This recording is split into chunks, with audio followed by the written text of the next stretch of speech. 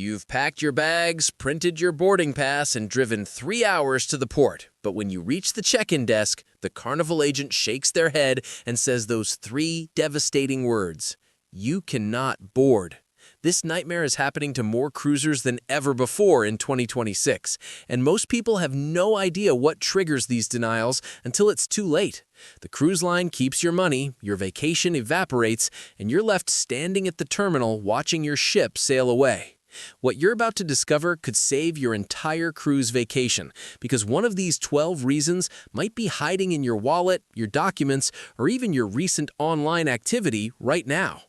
Here's something that's catching thousands of cruisers completely off guard at embarkation. Your passport expires in 4 months, which seems like plenty of time, right? Wrong. Carnival now enforces the 6-month validity rule with 0 exceptions, even for closed-loop Caribbean cruises where you technically only need a birth certificate. A family from Ohio just lost their entire Western Caribbean cruise because mom's passport expired in 5 months. The agent wouldn't budge. They lost $7,000 in cruise fare, flights, and port excursions booked through Carnival. The ship departed without them while their kids watched from the terminal window. Here's what most cruisers don't realize. Some countries your ship visits won't let you enter their waters if your passport doesn't have 6 months validity. And if even one port refuses entry, Carnival can deny your boarding to avoid complications. The cruise line isn't being difficult, they're protecting themselves from having to reroute an entire ship. Check your passport expiration date right now, not the day before you cruise.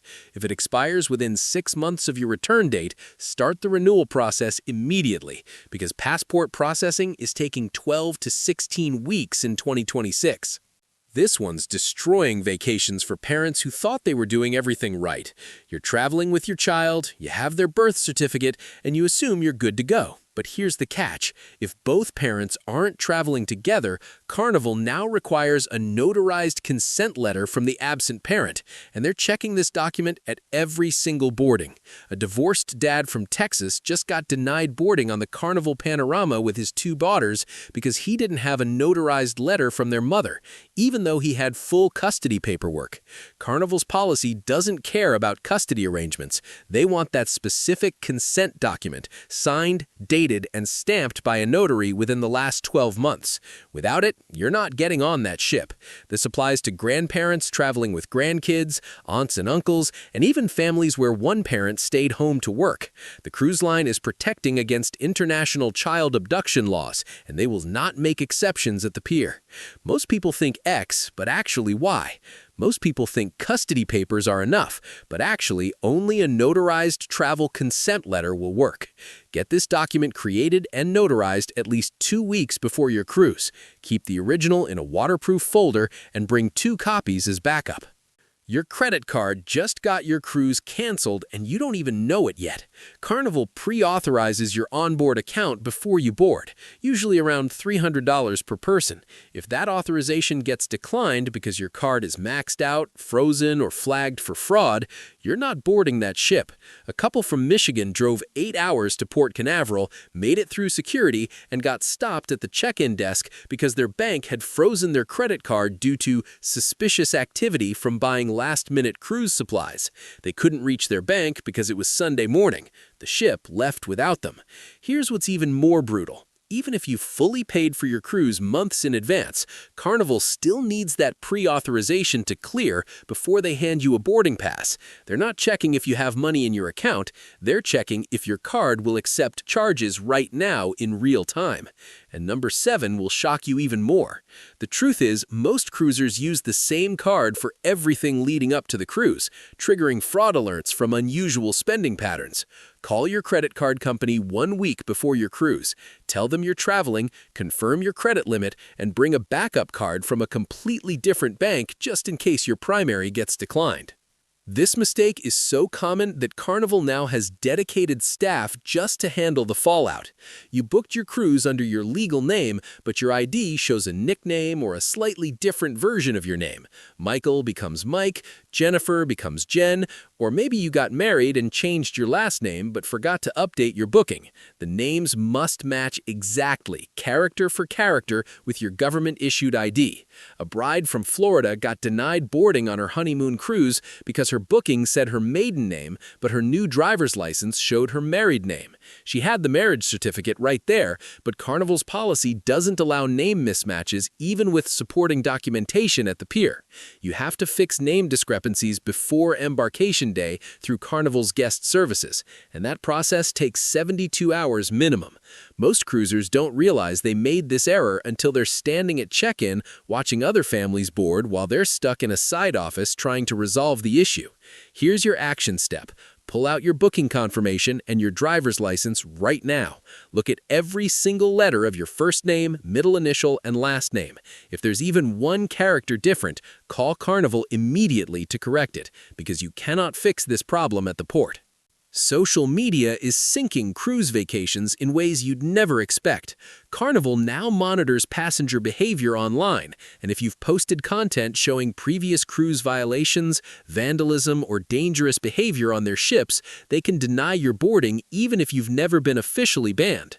A group of college students from Georgia got turned away at the terminal because one of them had posted a TikTok video 6 months earlier showing them sneaking alcohol onto a Carnival ship in shampoo bottles.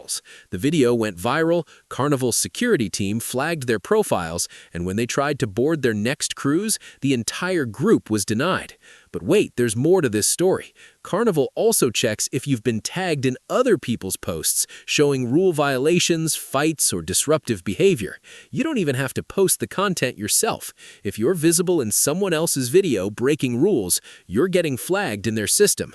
The cruise line is building a database of problematic passengers using facial recognition and social media monitoring, and they're denying boarding to anyone who appears in that system. Think before you post anything cruise-related on Instagram, TikTok, or Facebook. If it shows you breaking any cruise line rule, even as a joke, delete it immediately because it could cost you thousands of dollars on your next sailing.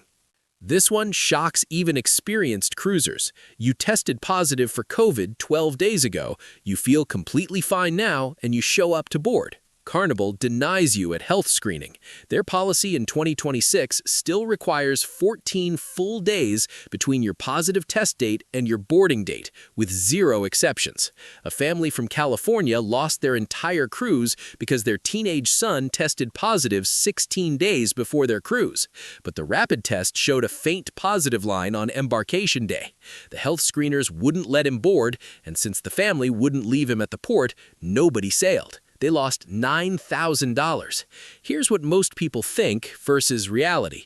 Most people think if you feel healthy, you can board. But actually, Carnival follows CDC guidelines that prioritize negative test results over how you feel. And get this, if anyone in your traveling party tests positive at the terminal, your entire group gets denied because you've had close contact exposure. The cruise line isn't taking any chances with outbreaks at sea. Test yourself at home 3 days before your cruise. If you show even a faint positive line, don't go to the port. Call Carnival immediately to discuss your options, which might include future cruise credits, but whatever you do, don't show up hoping they'll make an exception, because they absolutely will not. This one is catching cruisers who think they've done everything right with their documentation. Your baby was born 3 months ago, you applied for their passport, and you're waiting for it to arrive. You figure Carnival will understand because you have proof you applied. They won't, and you're not boarding with that infant. A couple from New York got denied boarding on the Carnival Vesta because their 4-month-old's passport application was still processing. They had the receipt, the tracking number, and photos of the application, but none of that matters. No physical passport means no boarding for any cruise that visits a foreign port, and closed-loop Caribbean cruises still require a birth certificate with a raised seal, not a hospital certificate. Here's the catch most new parents miss. Even if your cruise only visits Bahamas and you think you can use a birth certificate, many states take 6 to 8 weeks to mail official birth certificates with raised seals. The free pre-hospital one won't work. Most cruisers don't realize this until they're at check-in. If you're traveling with an infant or you've had any recent name changes requiring new IDs, start your document process at least 3 months before your cruise. Don't trust expedited services to come through at the last minute, because if your documents don't arrive, Carnival keeps your money and you watch the ship leave. Your criminal record might be blocking your boarding, and you don't even have to be a felon.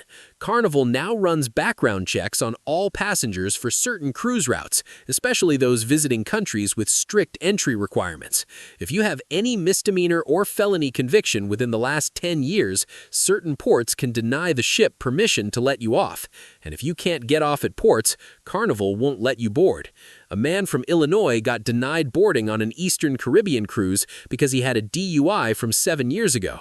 Jamaica won't allow entry for anyone with alcohol-related convictions, and since that was one of their ports, Carnival denied him at the terminal. He'd cruised with them 5 times before without issues, because those routes didn't include Jamaica, but this sailing did, and his entire vacation evaporated. The truth is, cruise lines don't always catch these issues when you book. They catch them at Embarkation when they run final security checks. Here's what you need to do. If you have any criminal record at all, even something minor from years ago, call Carnival's guest services before you book and tell them exactly where the ship is going. Some countries won't accept anyone with any conviction, while others only block violent crimes or drug offenses. Know before you book, because finding out at the pier is too late. This reason is destroying vacations for people who think they're being responsible. You purchase travel insurance through a third party, and you're taking prescription medication in its original bottle with your name on the label. But here's what's catching people. If you're carrying certain controlled substances, even with a valid prescription, some countries the ship visits classify those medications as illegal drugs. A woman from Colorado got denied boarding on the Carnival Breeze because she had Adderall prescribed for ADHD, and one of the ports was in a country that completely bans amphetamines, even for medical use. Carnival's policy states they cannot board passengers with medications that are illegal in any port country, regardless of prescription status. She had no idea this was even an issue until the check-in agent asked what medications she was bringing. Most cruisers don't realize certain anxiety medications, painkillers, and ADHD drugs are banned in Caribbean and Mexican ports, even though they're legal and prescribed in the United States. And number 12 will make you double-check your wallet right now. Before you pack any prescription medication, visit Carnival's website and check their list of restricted medications by itinerary. If your medication appears on that list, talk to your doctor about alternatives or consider a different cruise route, because showing up with banned medications means instant boarding denial with no refund. Your vaccination status or lack of recent boosters is still causing boarding denials, even though most cruise lines relaxed their COVID policies. Here's the twist. It's not just about COVID vaccines anymore. Certain cruise routes now require proof of yellow fever vaccination, typhoid vaccination, or hepatitis shots, depending on ports of call. A couple from Arizona got denied boarding on a Panama Canal cruise because they didn't have yellow fever vaccination cards, which are required for certain Central American ports. Carnival mentions this in the fine print of booking confirmations, but most people never read that far. They showed up assuming their COVID vaccination was all they needed. The cruise line wouldn't budge because if the ship arrives at a port and passengers don't have required vaccinations, the entire vessel can be quarantined. That's thousands of passengers stuck on a ship because one person didn't get a shot. Here's what most people think versus what's actually happening. Most people think vaccine requirements are all about COVID, but actually, port countries have their own requirements that existed long before the pandemic.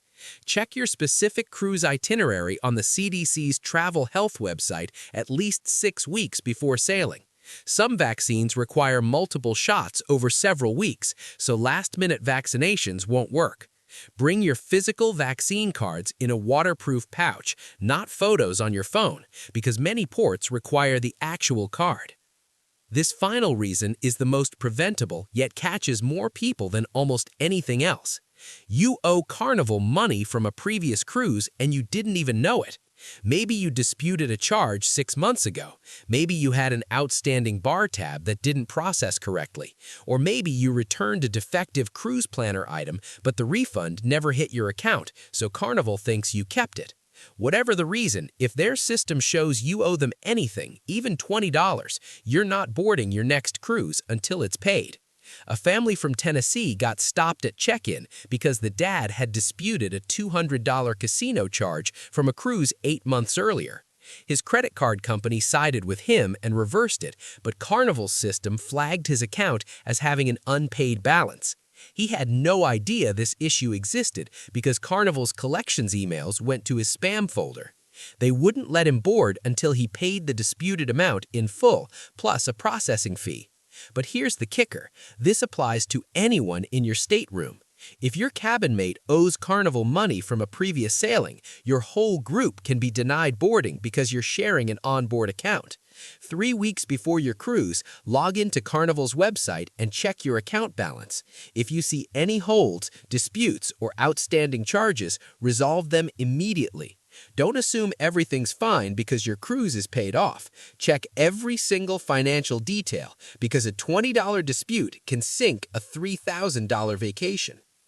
So there you have it. 12 shocking reasons Carnival is denying boarding in 2026 that could destroy your cruise vacation before it even starts. From passport validity rules to hidden criminal record blocks, from social media monitoring to disputed bar tabs, these aren't theoretical problems. They're happening right now at ports across the country. Thousands of cruisers are losing their vacations and their money because they didn't know these rules existed until it was too late. But now you're armed with insider knowledge that most people learn the hard way. Check your documents today, not tomorrow. Verify your passport dates, confirm your credit card works, fix any name mismatches, and clear up old charges. If you found this information valuable, smash that like button so more cruisers can avoid these devastating mistakes. Subscribe and hit the notification bell because I'm releasing a follow-up video next week revealing the 5 documents Carnival staff said you should photograph on your phone before every cruise, including one backup item that saved a family's vacation when everything else went wrong. Drop a comment below and tell me, have you ever witnessed someone getting denied boarding, or has it happened to you? Share your experience because your experience might save someone else's. Now go check those expiration dates and I'll see you on the next sailing.